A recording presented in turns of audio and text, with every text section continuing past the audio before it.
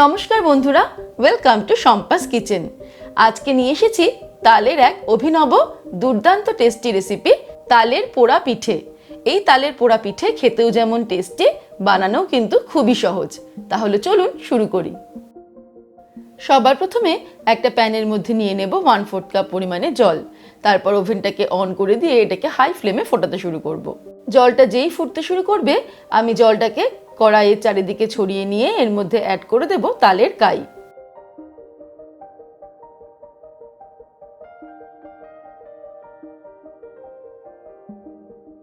এখানে আমি 1.5 কাপ পরিমাণে তালের কাই অ্যাড করে দিলাম।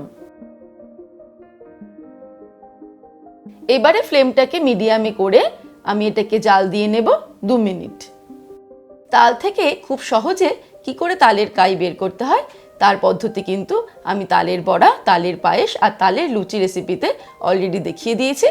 আপনারা ইউটিউবে গিয়ে তালের বড়া recipe by Shampa's kitchen search করেও দেখে নিতে পারেন। আর এছাড়াও আমি রেসিপিগুলোর লিঙ্ক ডেসক্রিপশনে দিয়ে দিচ্ছি। 2 মিনিট মিডিয়াম ফ্লেমে নাড়তে নাড়তে আমি এটাকে জাল করে নিলাম। এবারে আমি এর মধ্যে অ্যাড করে দেব 1/2 কাপ পরিমাণে দুধ। দুধের সঙ্গে তালের কাইটাকে ভালো করে মিক্স করে নেব। দুধটাকে আমি আগে থেকেই জাল দিয়ে রেখেছি। দুধ অ্যাড করার পরে আমি আরও 1-1.5 মিনিট মিডিয়াম ফ্লেমে নাড়তে নাড়তে এটাকে ফুটিয়ে নেব।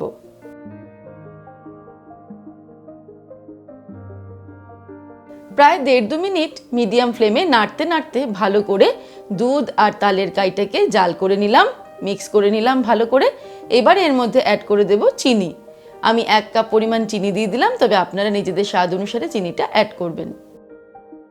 চিনি দেওয়ার পরে আবারও নাড়তে নাড়তে মিডিয়াম ফ্লেমে রান্না করব ততক্ষণ পর্যন্ত যতক্ষণ না চিনিটা সম্পূর্ণ গলে যাচ্ছে।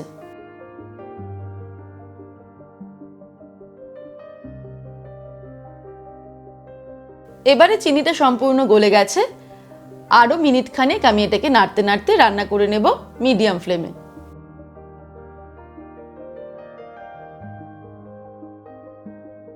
মিডিয়াম ফ্লেমে আরও 1-1.5 মিনিট রান্না করে নেওয়ার পর এবার এর মধ্যে অ্যাড করে দেব নারকেল কোড়া 1/2 কাপ। দিয়ে দিচ্ছি কিছুটা পরিমাণে কাজু আর কিশমিশ। কিছুটা পরিমাণে দিয়ে দিচ্ছি কুচানো নারকেল। তারপর সব কিছুকে ভালো করে মিক্স করে নেব। আর এই সময় কিন্তু ফ্লেমটাকে লোতেই রাখবো।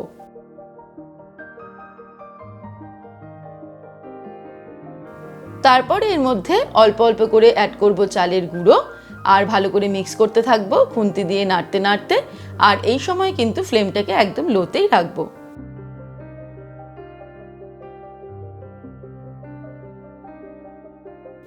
আমি মোট 1.5 কাপ পরিমাণে চালের গুঁড়ো এর মধ্যে অ্যাড করে দিলাম।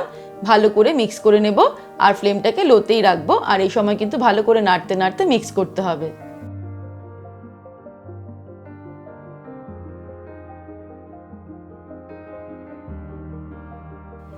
এইভাবে 2-3 মিনিট আমি নাড়তে নাড়তে এটাকে রান্না করলাম লো ফ্লেমে। এবারে যখন এটা কড়াই থেকে এইভাবে ছেড়ে আসতে শুরু করবে তখন বুঝবো আমাদের এই মিশ্রণটা রেডি হয়ে গেছে। তখন আমি ওভেনটাকে অফ করে দেব আর চলে যাব পরের স্টেপে। এবারে আমি আর একটা প্যান নিয়ে নিয়েছি। এর মধ্যে নিয়ে নেব 1/4 কাপ পরিমাণে জল আর নিয়ে নেব কলাপাতা।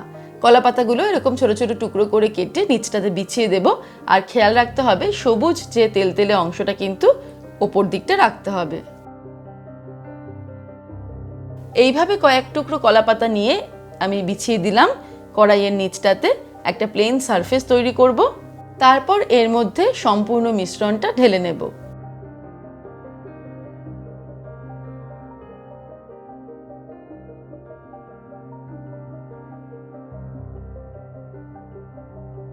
খুন্তির সাহায্যে প্রথমে এটাকে আমি চারিদিকটাতে ছড়িয়ে দিলাম যাতে সব দিকটা সমানভাবে ছড়িয়ে যায়। তারপরে হাতে সামান্য জল লাগিয়ে আমি ওপরটা একদম প্লেন করে দেব এইভাবে।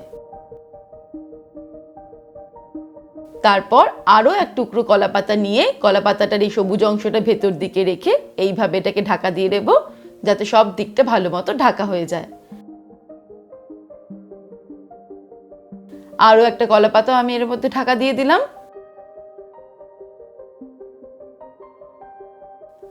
তারপর চারিদিকটা এইভাবে আমি মুড়ে দিয়ে কড়াইয়ের ঢাকনাটা আটকে দেব।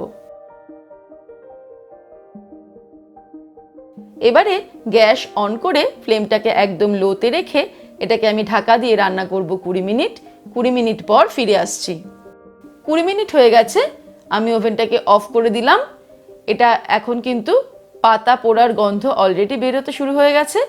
এক সাইড হয়ে গেছে, আমাদের খুব সাবধানে এটাকে উল্টে দিতে হবে। উল্টানোর জন্য আমি একটা প্লেট কড়াইয়ের ওপর চাপা দিয়ে এইভাবে এটাকে উল্টে দেব।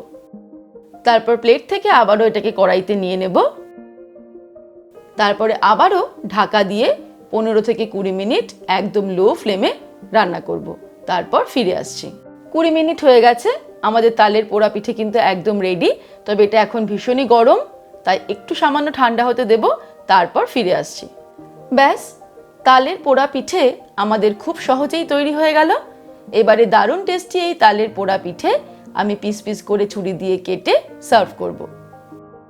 তাহলে দর্শক বন্ধুরা, আজকের এই রেসিপি আপনাদের কেমন লাগলো আমাকে ভিডিওর নিচে কমেন্ট সেকশনে কমেন্ট করে জানাবেন। ভালো লাগলে লাইক করার অনুরোধ রইল, আর বন্ধুদের সঙ্গে কিন্তু অবশ্যই শেয়ার করুন। ভালো থাকবেন, সুস্থ থাকবেন। আমি আবার হাজির হব নতুন নতুন রেসিপির সঙ্গে। নমস্কার।